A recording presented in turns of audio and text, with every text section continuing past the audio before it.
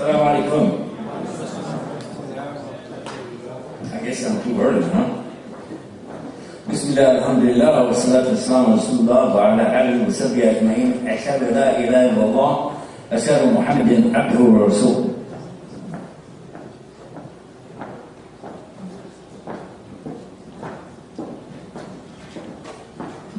There we go.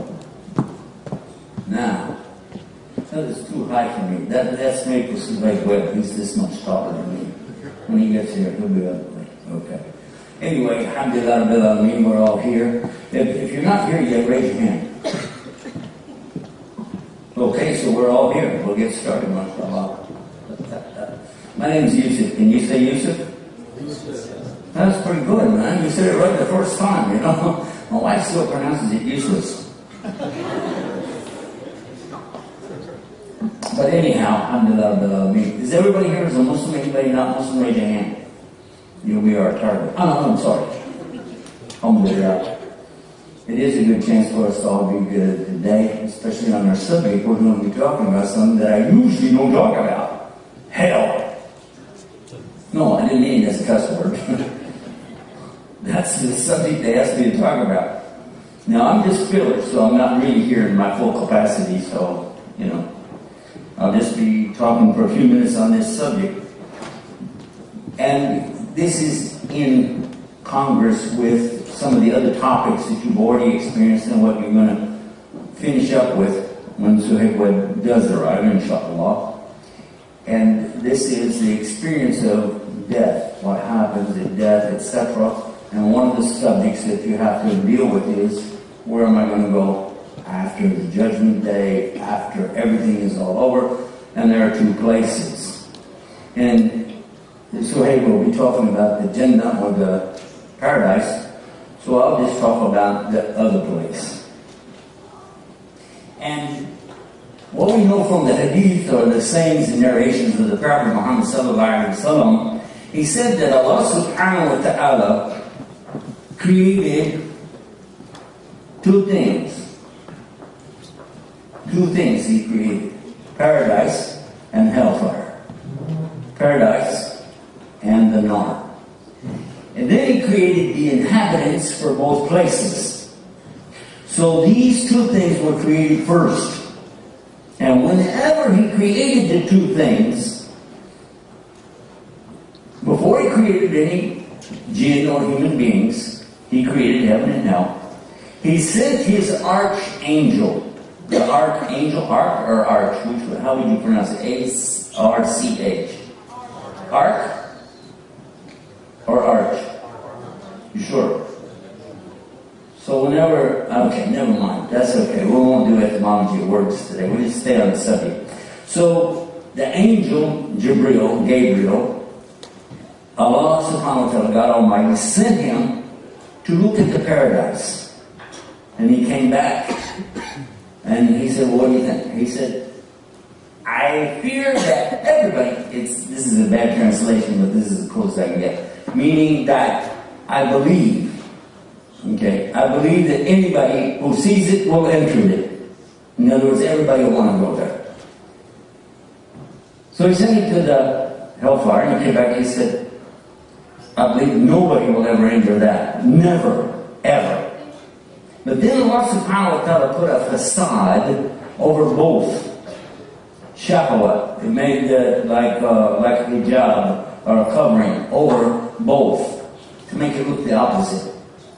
So he came back, this time he sent him again, and he came back and he said about the paradise, he said, I don't think anybody's going to enter it. And about the hellfire, he said, I think everybody's going to enter it.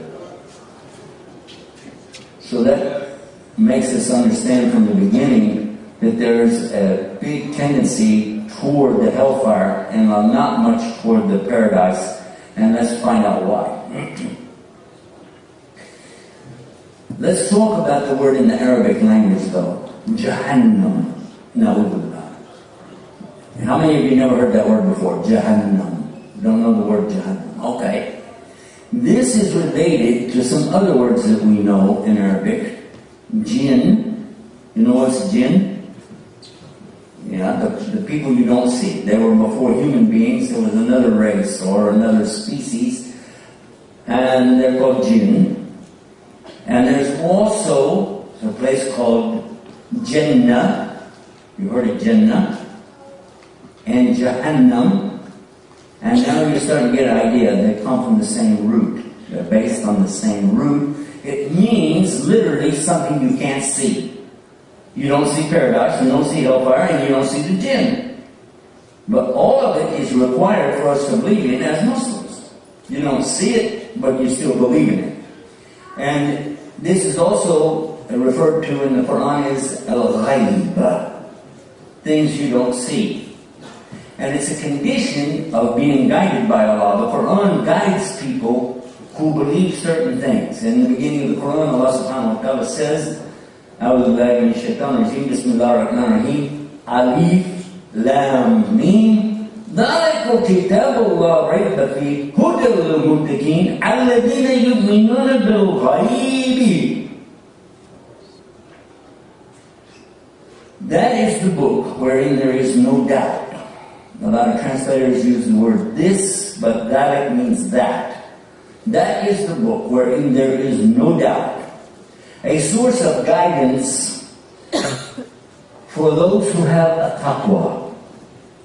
And they believe in al-ghayb, the unseen. And so Jannah, paradise, Jahannam, hellfire, and the jinn are all in the unseen. So it's a condition. There's other things in the unseen too that don't come from that root, like Allah. You don't see Allah, and He also is from this. You don't see the malaika, the angels. They also are from al-ghayb and not related to the word jinn. So, now that I've covered that, you can tell I'm not in a hurry to get to the subject of hell, right? Can you tell that? I'm not in a hurry. I'm just taking my time. Okay, when I talk about hell, it's a bad place to lie. Scary, man. If I tell you the stuff that's in the Quran, just the Quran is enough to scare you to death. But the Hadith, when Prophet ﷺ talked about it, I think some people would still, if they were still alive today, they'd still be shaking. Because it was so scary. But I want to hesitate for a minute before I go any further and tell you an experience that I had some years ago on this subject, and then you'll understand why I'm taking it easy. One of our new sisters, a convert to Islam, she came into Islam in her first Ramadan, and she got married to a brother from Morocco, real sweet brother. And he came home he travels a lot, he came home and he brought a book with him. And he gave it to her on the last day of Ramadan. Now, how many of you know what happens when the sun goes down on the day of Ramadan? What happens? Anybody know? Huh? The shaitan is released.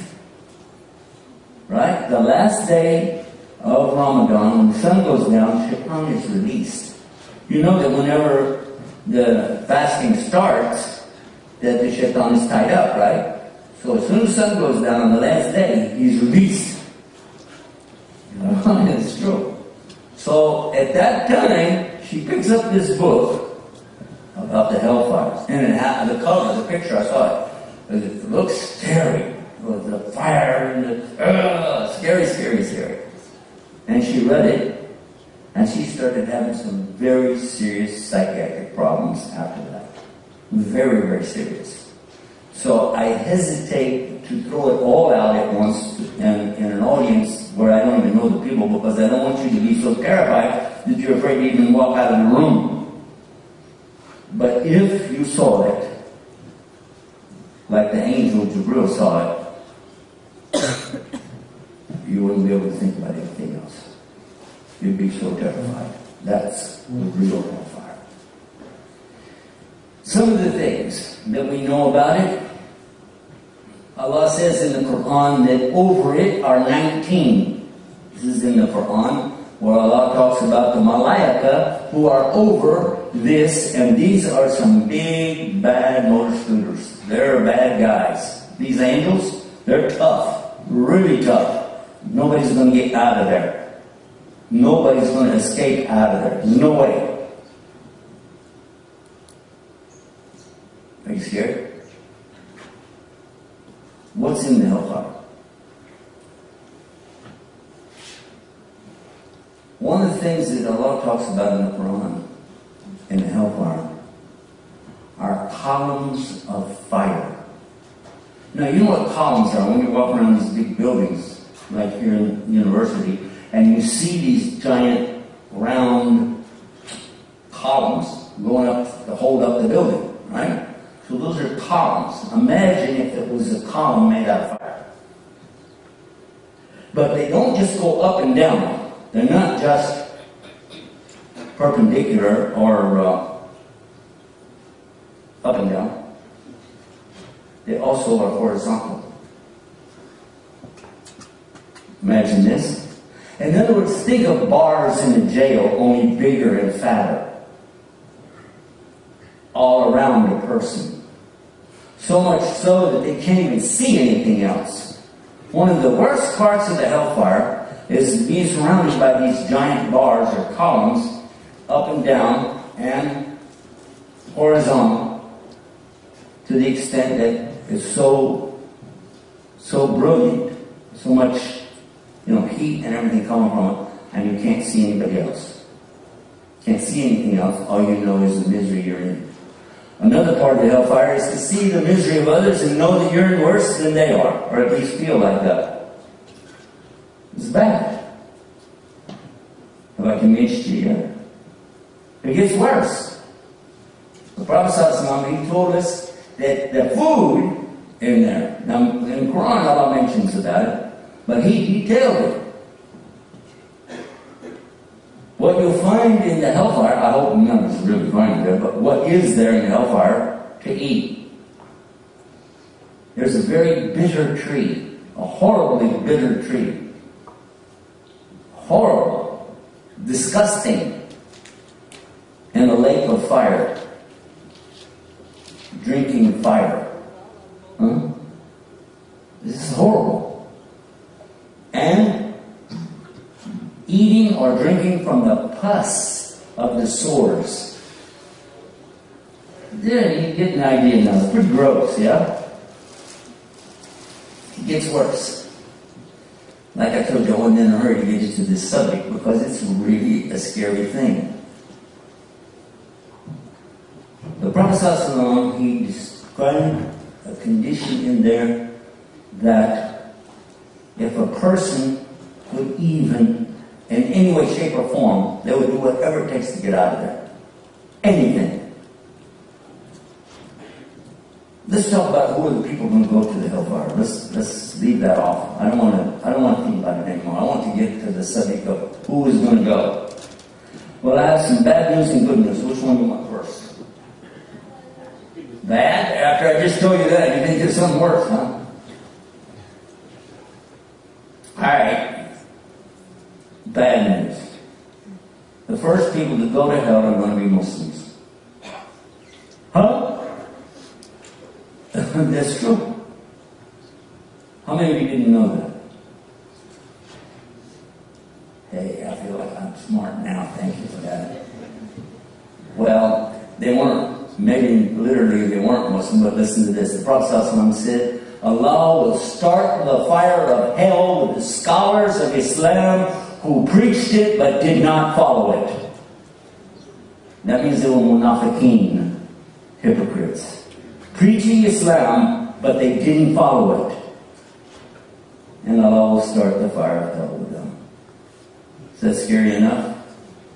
You ever strike a match? You know, a match, we call them farmers' matches in the box, you know, big match, take it and you strike it. And then it lights. You know why it lights? Because it has a sulfur tip that runs across that piece of sandpaper that's on the side of the box. And when you go like this, the sulfur becomes so hot that it ignites the phosphorus around it, and that's what starts that match burning. If that gets on you, when you strike a match like that, it gets on you, that will burn you severely, more than the burning match. Because it's so hot. And imagine how hotter. When the Prophet ﷺ said that, I forgot the multiplier, it's many times hotter than the sun, and that's the coolest place in the hellfire. And for those who are in the hellfire, how big will they be? Let's talk about that, because they will not be the same size that they are here. In paradise, I don't want to take anything away from what Suhaib Webb is going to be sharing with you, but just to mention, in the paradise, you will be the size of Adam. Adam, alayhi salam, was 60 cubits, which is approximately 30-something inches, or roughly, if you said 60 times 2.5 or 3 foot, it gives you an idea of about 150 feet. Taller than a water tower. In paradise. That's what you can enjoy. Really enjoy the things there. Bigger than a water tower, man. Cool, huh? So that's paradise. But what about the ones in the hellfire? Will they be bigger or smaller? How many think bigger? How many think smaller? Smaller, huh? No, actually bigger. How much bigger? As big as Adam? How many think bigger than Adam? Actually, Prophet ﷺ said the molar, the back tooth, will be bigger than a mountain. The teeth will be like a mountain range. Now, let me give you an example of something, let you think about this. There's a mountain range that goes up through West Virginia and through Pennsylvania. So imagine the teeth being like that. That means the guy is going to be bigger than Indiana, Ohio, and Pennsylvania when he lays down. Is that big? Huh? Yeah. He's going to be huge. Why? Why would Allah make somebody so big in the hellfire? So you can feel it more. Oh, and also the fire is going to be so hot, it's going to burn off his skin. And it doesn't say how thick his skin is, but imagine if he's as big as 3 or 4 states, his skin has got to be at least as thick as some of the foothills of those mountains, huh? Maybe 200 or 300 feet high, his skin is that thick. And yet the fire of hell will burn it right off, burn right through it. And then Allah is going to replace it and keep burning it off and replace it and burn it off again. Scared yet? Yeah. I'm serious. This needs to be a much shorter topic, right? That's bad. Hellfire is not, this is real, by the way. This is not just a metaphor. This is not just like maybe a parable. No, this is for real. And those people in the hellfire, when you're in paradise, and may Allah put all of us in His paradise, let me never go out of me. When you're in the paradise, you'll have a window in your house that you can look down and see those people. Whoa! Look at those guys! Remember those guys gave you a hard time here that were so bad, so nasty, attacking and that? That's what they're going to be. And then what will they be saying? Hey, send us down some of the stuff. I'm giving you everything. Send it down to us. Say, sorry. Doesn't work like that. And then we'll be telling Allah, just give us a chance to go back. You'll see us the best. You'll see us. We will believe. And we'll do deeds of righteousness. Just let us go back. But Allah already knows what. No, they won't. No, they won't. They'll go back to the same way they were. Anybody ready for some good news yet? Yeah, me too. The Prophet ﷺ also said, nobody will remain in the hellfire. Nobody. Everybody's going to get out. Everybody's going to get out of hell. Nobody will remain there except those who refuse. Well, who would refuse to leave that? That's what the companions asked Muhammad ﷺ. They said, well, who would refuse? He said, those who refuse to accept now the belief in one God and follow the mu'amala of the Sabbath. Those who refuse to believe in God and obey His commandments. You refuse here, you refuse there. Simple as that. I'm through. I'm done. I'm out of here. Unless you want me to tell you a little story. And this is the part where you say, oh yes, please, Jake, tell us a story. Oh, I'm glad you asked me. Yes, I will do that. The Prophet, he told us a story, and I want to share it with you. English translation, plus or minus mistakes that I have. But he told us about somebody in the hellfire. That this person is in the hellfire, and people are leaving. You know that some people are going to get out. They were only in the fire to their ankles, some to their legs, some to, up to the head. These people are getting out because the Prophet is making this dua for them. Maybe you heard about that already in the program. You heard about it? Okay. So those people are going out. As the Prophet, peace be upon him, is begging Allah, send these people out. Send the people that were up to here. Send the people that were, up to their neck, up to the head, or so. And all of these people are getting out. This is one guy, though. He's sitting there watching everybody leave, everybody leave, everybody leave. And then all of a sudden the doors are closing and they're never, ever going to open again. And Allah lets this last person out. And he's like, oh. Because he's like, Allah, let me out. Please, God, let me out of here. Please, let me out. Please, I won't ask for anything else. Just let me out. And he's out. Oh.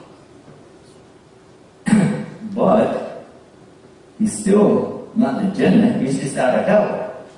And he sees like a tree over there. And he says, Allah, just let me go by that tree. I won't ask you for anything else. Just let me go by the tree, And he lets him go by the tree. He's like, oh yeah. Then he sees the wall around the Jannah. And he says, let me just go by the wall. I just want to be a woman. I'll never ask you for anything again. Okay, take him over by the wall. There's a gate. Oh. Just let me look inside the gate. I don't ask you for anything. Just look inside. So let him go. Just kind of peek in there. But, no, just look inside. Just inside. Just barely inside. And I never ask you for anything again. I was telling him all along, Are you sure? Yeah, I know. Like you said before. But this time I really mean it. So he let him inside. And he's like, oh. And then Allah tells him, ask for anything you want. Huh? Ask for anything you want. And you give it to him. Anything. Everything. Ask for more. Food. Clothing. Whatever you like. Just ask and ask and ask and ask. And after he's got everything that anybody could ever imagine, Allah comes to him and says, ask for more. He said, there isn't anything more. He said, no. Ask for more. And then Allah gives him more that he didn't even imagine. Plus or minus translation of the story. Can you imagine this? How happy is that person? And this is to show us something. That Allah is so merciful. Allah is so forgiving. That even the worst of the people who will get out of the fire still will be very pleased with the paradise that they'll go to. And this actually needs to be where I stop, because I told you about the hell, and now I'm starting to talk about Jannah, and that's for Suhaib when he comes and he will tell you all about the paradise. But may Allah subhanahu wa ta'ala make us of those people who correct ourselves here and now, so we don't even have to experience one nanosecond in that place. You know what? There is one other little story. You sure you're not going to stay until this one? You sure? Let me check my watch. That's right, I don't know where watch is. Anyhow, the Prophet ﷺ, he told us about this, and I would like to end on this subject because it explains a lot of things to me. Not just about the hellfire, not just about the paradise, but it explains to me why bad things must happen to good people. We often hear about someone, really a nice guy. He does a lot of good things. Or a lady, she's a real sweetheart. But, she got cancer. He got run over by a truck. Maybe he lost his leg. Somebody is a great kid. All of a sudden he's blind. You've heard of these things and you think, why? Why did God do that? So many of the Muslims, we understand it because we read Surah Kahf. You know, the 18th chapter of the Quran. The cave, the dwellers of the cave. Because it talks about some of the people in there, why these things must happen in this life. And it actually works for good. But let's look at this one story from Prophet Muhammad, peace be upon him. He said that there was two people. One, he had everything in this life that he wanted. It was nothing that he asked for except he got it. Including before he died, he wanted a feast set before him and he got that too.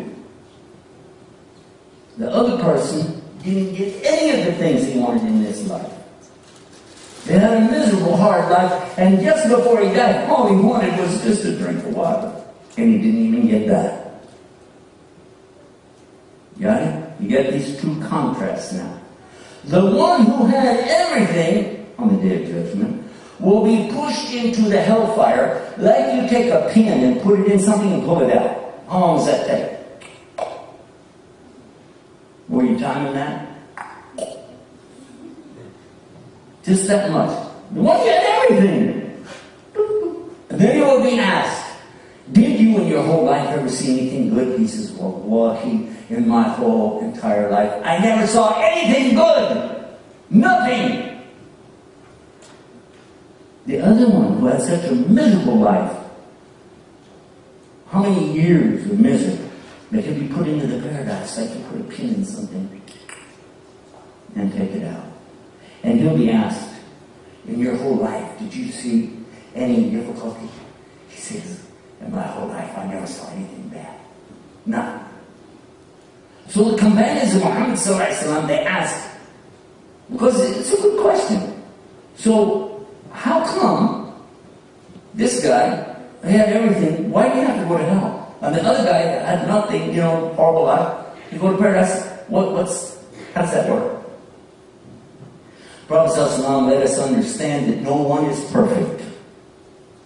No one is perfectly good, and no one is perfectly bad. All of us are somewhere in between. As for those who, they're good people, but they make some mistakes. Maybe a lot of mistakes. But so Allah wants to have mercy on them. He'll give them their punishment here in this hayat dunya, in this life. So they will not even smell the hellfire. They will not suffer at all on the day of judgment. Allah's mercy is that He removes any of this from them. As far as the other person, there are some people that are so evil, so horrible, so rotten, yet they will still do some good. They will do some good. So Allah, He will give them all of their reward in this life. Because this is what they want. So He gives it to them. He gives it. And you wonder, why are these bad people keep getting this good stuff? It's good in this life. But as soon as they die, they don't have it anymore, do they? Huh? No. And on the day of judgment, they will not even smell the paradise. So may Allah subhanahu wa ta'ala cause us to be the group that enters His paradise, mafi hisab, without any reckoning. Amen. May Allah give us His paradise, His forgiveness, His maghfirah, and His rahmah, His mercy, and make right our affairs in this life and in the next life. Until next time, peace. Assalamu alaikum.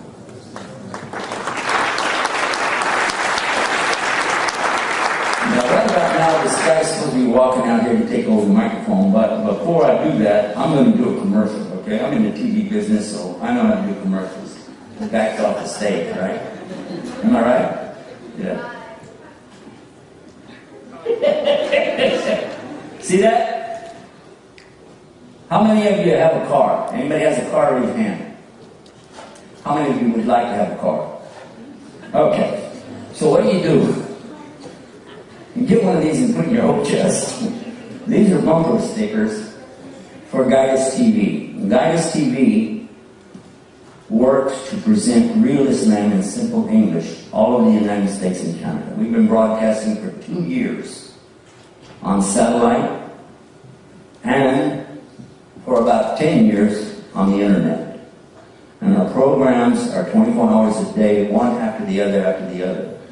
It's called Guidus TV. You can find it on what's called Galaxy 19. If you have the satellite that points off to the southwest area, then you'll be able to pick it up. And if you don't, you can always get it in 2 other places. One on the internet, and now phone apps for a smartphone. Anybody have a smartphone?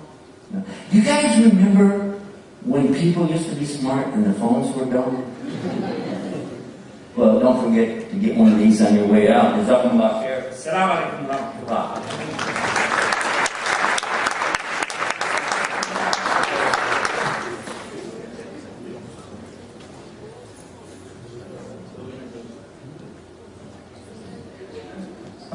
Takbir. Takbir. Takbir. So inshallah, Sheikh Yusuf has agreed to take a few questions if you have it right now. Inshallah, invite him back onto the stage and you can present him your questions, inshallah.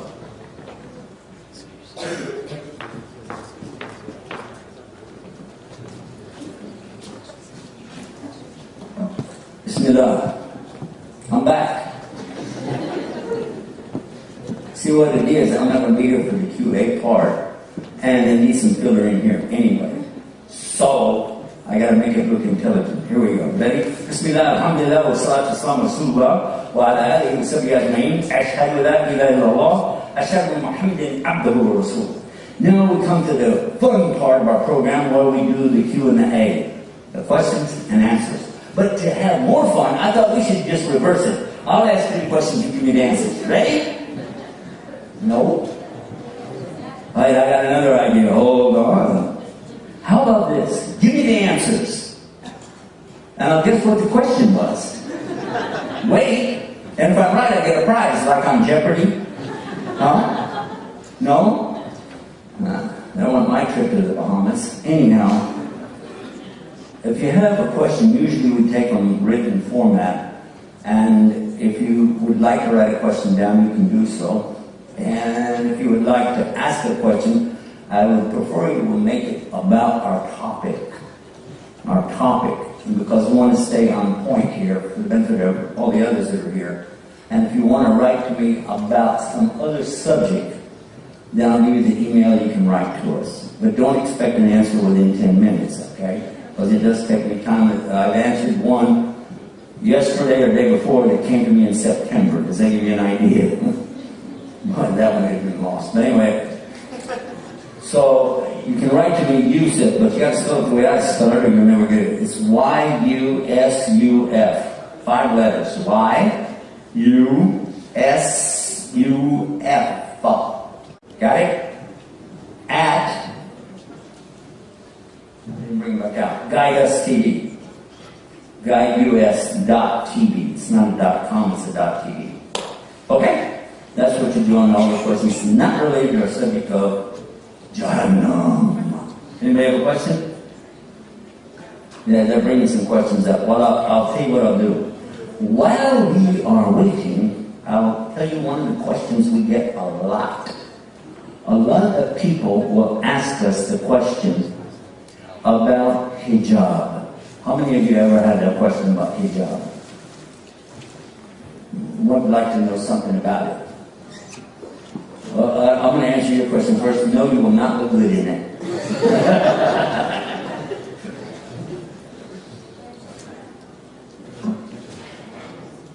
Do Muslims have to wear hijab? How many say yes?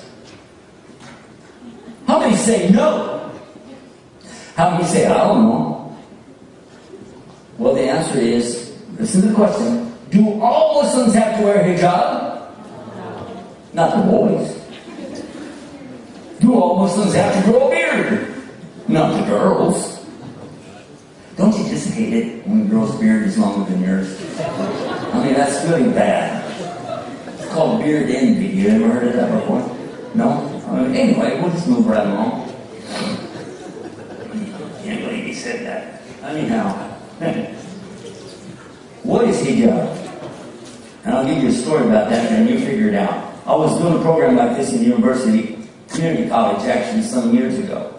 And all of a sudden, a lady disappeared. She's come in the door. She was one of the teachers, professors there. And she pointed over at the sisters and she said, "Why are they dressed like that?" I went, "Who? Why are they dressed like that?" I went, "Wow, man, I can't believe this lady's like, what is that?" And it came to my mind, ask her why she's dressed like that. So I did. I said, "So why are you dressed like that?" She said, "What?"